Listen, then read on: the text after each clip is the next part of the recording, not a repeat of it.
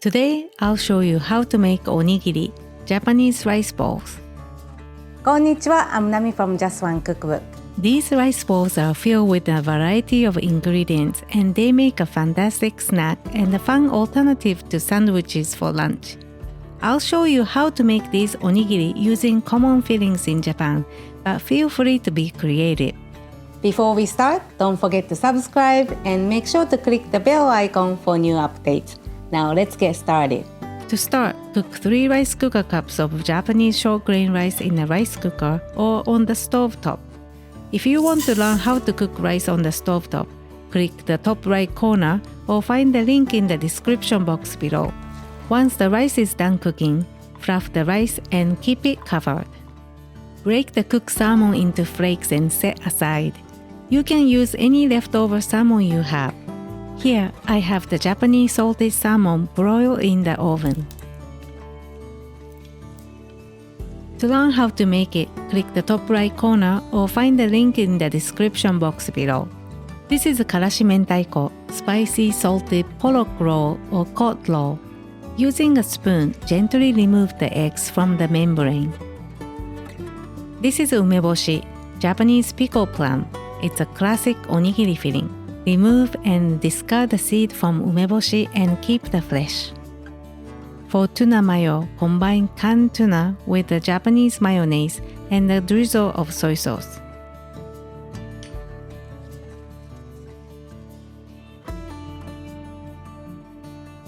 This is okaka, dry bonito flakes mixed with the soy sauce. First, let's make onigiri with your hands. Wet both palms with water to prevent the rice from sticking to them. Then dip 2 to 3 fingers in salt and spread it on both palms. Scoop a handful of warm rice onto your left or non-dominant hand. Add a small amount of filling in the center of the rice. Scoop some more rice to cover the filling completely. Mold the rice with your hands and gently press the rice around the filling to form the rice into a triangle shape.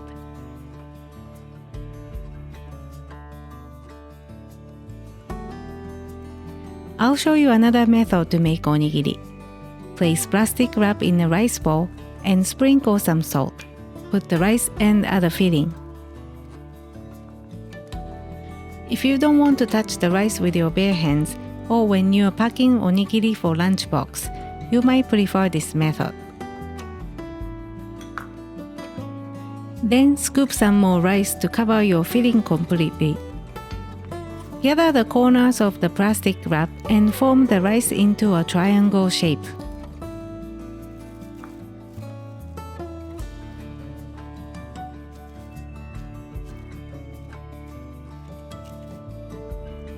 Finally, the easiest method. Soak the onigiri mold in water and sprinkle some salt. Fill the mold halfway with the rice and make sure the rice is filled to the corners.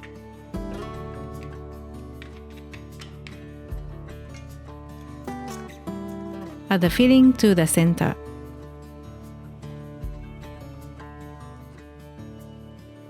Fill the rest of the mold with more rice, all the way to the edges.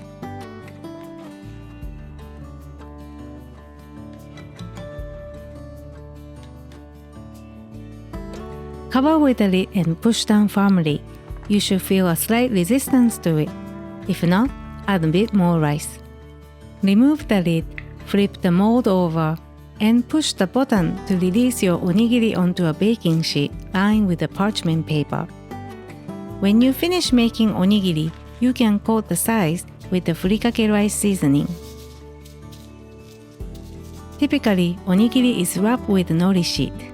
This step is optional, but I always like to toast both sides of nori sheet over an open flame one by one. Then, cut them into thirds parallel to the lines on the nori sheet. You can purchase pre-cut nori sheets for onigiri at Japanese grocery stores. Place the onigiri in the center of nori sheet and wrap it around.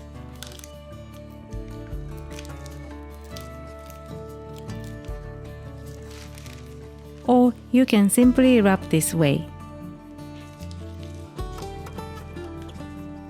If you want to keep the nori crispy until ready to eat, here's how you can wrap the onigiri.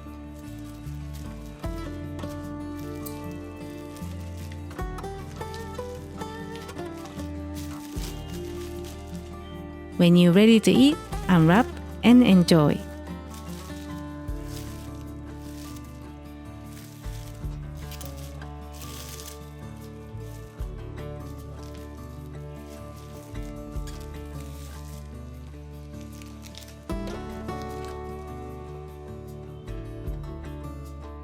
Itadakimasu. I hope you enjoy this recipe and check out more of my videos here. Thank you for watching and see you in the next video. またね!